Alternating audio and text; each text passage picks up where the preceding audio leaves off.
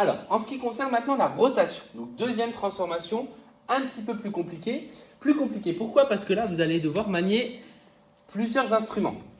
Donc, vous allez avoir besoin, pour réaliser cette construction, d'une règle, évidemment, d'un compas en bon état et d'un rapporteur. Donc, j'espère pour vous que vous n'allez pas envoyer vos parents faire des courses pour aller chercher un compas et un rapporteur et que vous allez bien avoir votre matériel. Sinon, ils ont le droit de vous punir, comme je l'aurais fait en classe. Donc, au passage, s'ils ont besoin d'idées de punition, je peux leur en donner. Donc, rotation. En fait, une rotation, ça va être tout simplement faire tourner autour de quelque chose. Donc, lorsqu'on fait tourner une figure, donc la figure F1 autour d'un point, ici le point O, d'un certain angle, donc l'angle que j'ai appelé alpha, alors si vous voulez, vous pouvez le noter A, dans un certain sens, et là, ça va être important de comprendre qu'il y a deux sens possibles pour tourner.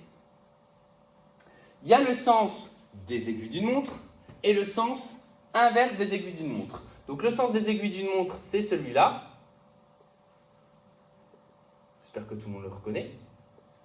Et le sens inverse des aiguilles d'une montre, qu'on appelle aussi anti-horaire, et en maths, qu'on appelle surtout, puisque c'est principalement celui-là qu'on va utiliser, c'est le sens dit trigonométrique. Donc anti-horaire ou trigonométrique.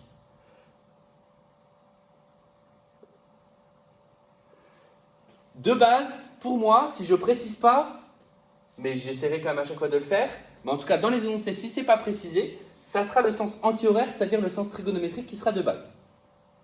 Donc, ma figure, elle va tourner autour du point O pour se retrouver donc forcément pas dans le même sens, mais avec un même écart par rapport au point O, avec un certain angle ici à définir.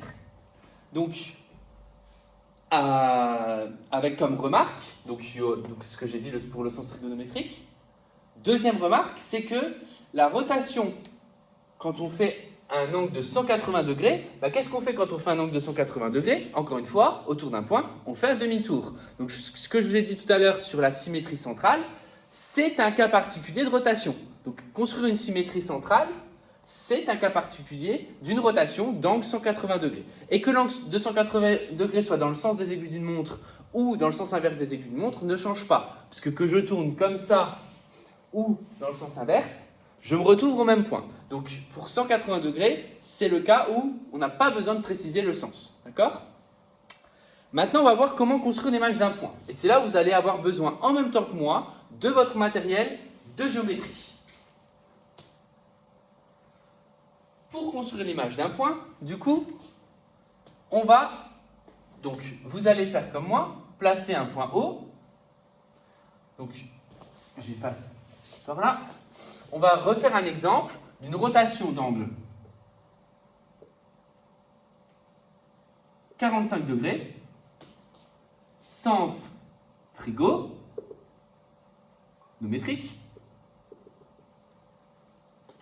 du point M, autour du point O. Vous placez donc un point O, peu importe, ou vous placez un point M par ici, si vous voulez. Et donc, je vais vous réexpliquer le schéma qu'il y a là. Donc, pour construire la rotation de centre O d'angle 45 degrés du point M autour du point O, je vais y aller en plusieurs étapes. Première étape, je vais tout simplement, vu que vous voyez que ça forme un cercle ici, puisqu'il y a un écart qui est conservé, je vais tracer un rayon. Donc là, je prends une règle. Alors moi, ce sera l'équerre, mais évidemment, je m'en sers juste pour tracer. Je construis en pointillé, vous pouvez le faire en trait plein, mais de façon fine, ce qui va correspondre au rayon. Ce rayon va donc tourner de 45 degrés dans le sens trigonométrique. Je rappelle que le sens trigonométrique, c'est le sens là. Donc, c'est-à-dire que ça va tourner vers là. Maintenant, pour que ça tourne correctement, il faut que ça tourne de 45 degrés. Donc pour que ça tourne de 45 degrés, qu'est-ce que je dois faire? 45 degrés, c'est le rapporteur qui entre en scène. Donc là, je place mon rapporteur sur le point O, en direction de mon point M qui définit mon 0. Je regarde le 45 degrés qui est ici, puisque 0 là, 10, 20, 30, 40, 45.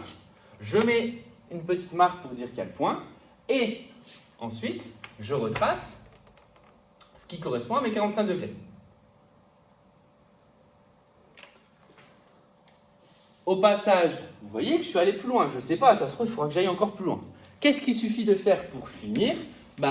Pour finir, il faut que ça se positionne sur au même rayon.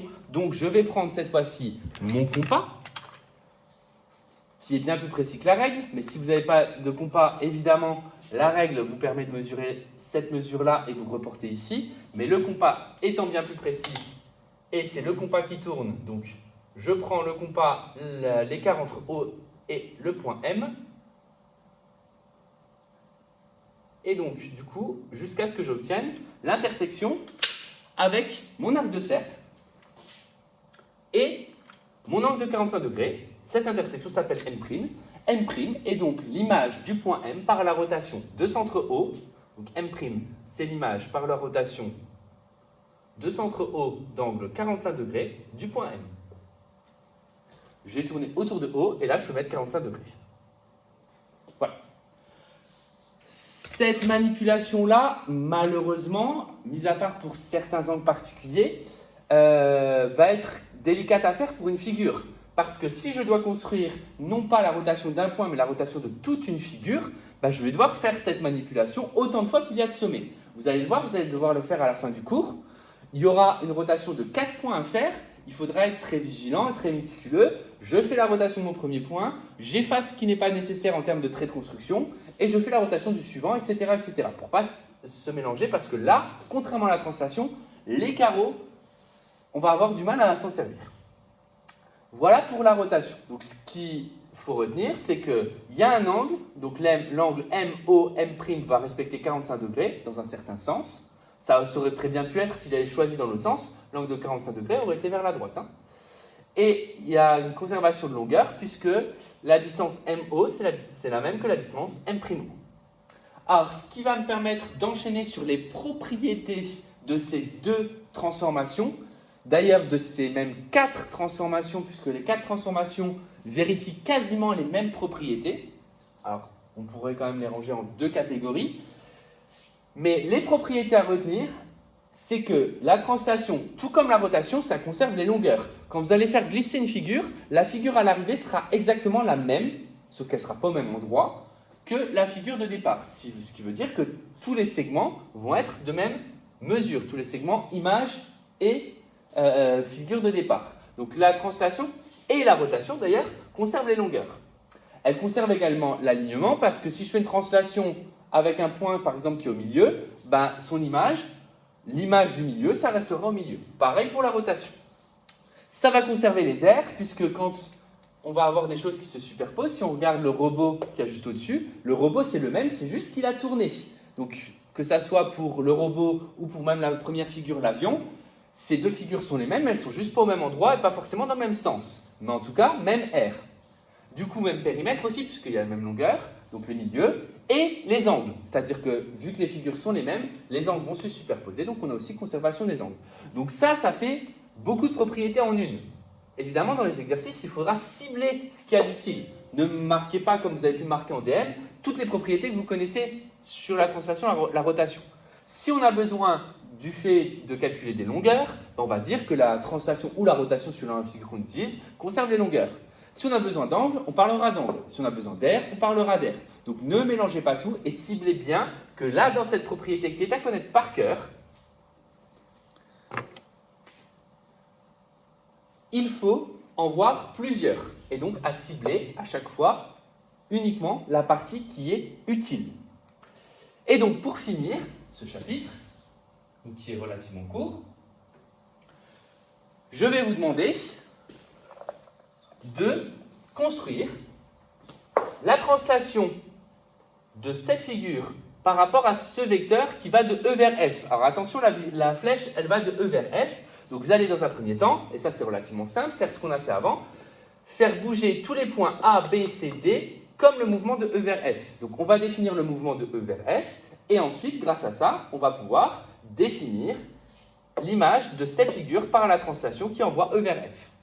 Une fois que ça sera fait, c'est ce que je vous ai dit juste avant, vous allez devoir prendre les 4 points et en faire, j'efface cette partie-là, la rotation de centre O, donc le centre O est ici, d'angle 60 degrés dans le sens trigonométrique. Donc ça, je le rajoute c'est-à-dire dans le sens inverse des aiguilles d'une montre. Donc chaque point, vous allez le prendre, donc vous allez tracer par exemple le point A, donc le rayon de O vers A, vous mesurez 60 degrés dans le bon sens, donc soit dans le sens là, soit dans le sens là. Une fois que l'angle est mesuré de 60 degrés, vous reportez la longueur, ça va vous donner l'image de A. Une fois que l'image de A est faite, on efface un petit peu les traits de construction pour ne pas s'embrouiller, et on passe au point B, on refait le rayon, on fait 60 degrés. Une fois que les 4 points sont faits, on trace la figure. Et là, vous aurez construit la rotation. Donc ça, c'est un exercice qu'il va falloir réaliser. Une fois que cet exercice sera réalisé, on aura vu toutes les notions qu'il y a dans ce chapitre. Et donc, vous allez voir, on va passer ensuite aux exercices. Les exercices vont consister en reconnaître les transformations. Donc, est-ce que c'est une rotation? Est-ce que c'est une translation? De quel angle? Si je vous donne une translation et que je vous donne une figure de départ, ça arrive où? Vous allez voir, ce sera des exercices importants également. Donc, reconnaître des translations, reconnaître des rotations, être capable de les caractériser, être capable de faire des petites démonstrations sur les propriétés, puisqu'on a également cité des propriétés, et être capable de faire des constructions. Voilà les objectifs de ce chapitre.